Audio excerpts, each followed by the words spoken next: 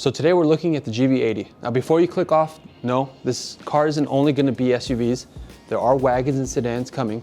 It just happens to be that that's the next one on my list and the car I'm looking at. Now my current frontrunner is a Jeep Grand Cherokee SRT Trackhawk. There'll be a video posted somewhere up here kind of going over why I'm looking at the car and why it's my current frontrunner. Let's go a quick recap of the parameters of my next car. Now I cannot be an EV vehicle as I currently only have a one-car garage and my wife uses it. I am not kicking her out in order for me to charge my EV for my commute. Second, it can be older or newer as long as it's somewhat reliable. I do not want to have to deal with my car always being in the shop and having to fix things all the time, so the car has to be somewhat reliable. Now, I do have a long commute, about 100 miles round trip, 2 times a week, so I do want all the creature comforts associated with a nice car, so keep that in mind. Budget, between 40 to 75K. Again, I'm open to spending less than that if possible, but that's kind of where I'm at. Now, the Genesis GV80.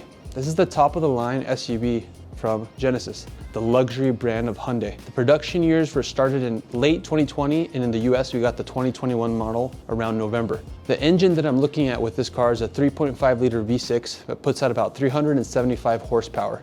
A fully spec'd out one of these vehicles is around 71K. So to kind of keep that in mind. Now the pros for this vehicle is the styling. It's not a mystery to anybody that this car looks like the Bentley Bentayga. If that's how you say it, Bentayga? I think that's how you say it. But what Hyundai did is they hired the lead designer at Bentley and brought him over to Genesis. And that's why they look so similar.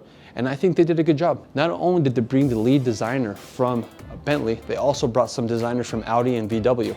So that's why it has this kind of updated, kind of cool appearance, I think. And as I mentioned earlier, the value. At 71K, yes, it's a lot of money, but if any of you guys have ever spec'd out a luxury brand vehicle, as you start tacking on options with Mercedes, BMW, Porsche, that starting MSRP of 55K quickly becomes 110K. Keep that in mind, for 71K, you get all the bells and whistles that you want out of an SUV. Napa leather, heated ventilated seats, just luxury brand feel inside. And that's what's really interesting about this car. Value luxury, is that a thing? Is value luxury a thing? This is kind of what this car is. In addition to that value, you got to consider the maintenance cost. This is an Asian brand, so I'm assuming that the maintenance cost will be more similar to that of a Lexus or Acura as opposed to a Mercedes or BMW. So that's also kind of a pro for this car. Let's look at some cons. This car is not meant for performance. This is supposed to be a luxury brand. Other brands like Mercedes, BMW, again, they have figured out a way to mix both luxury and performance. Genesis knows, and they know they cannot compete with the Germans.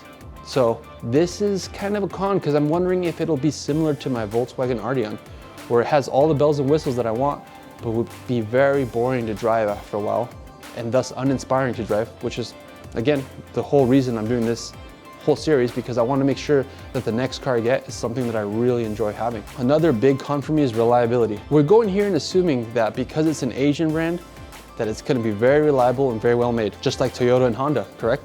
Well, Japan and Korea aren't the same. We don't know anything about Hyundai and its reliability. It doesn't have the track record that Honda and Toyota do.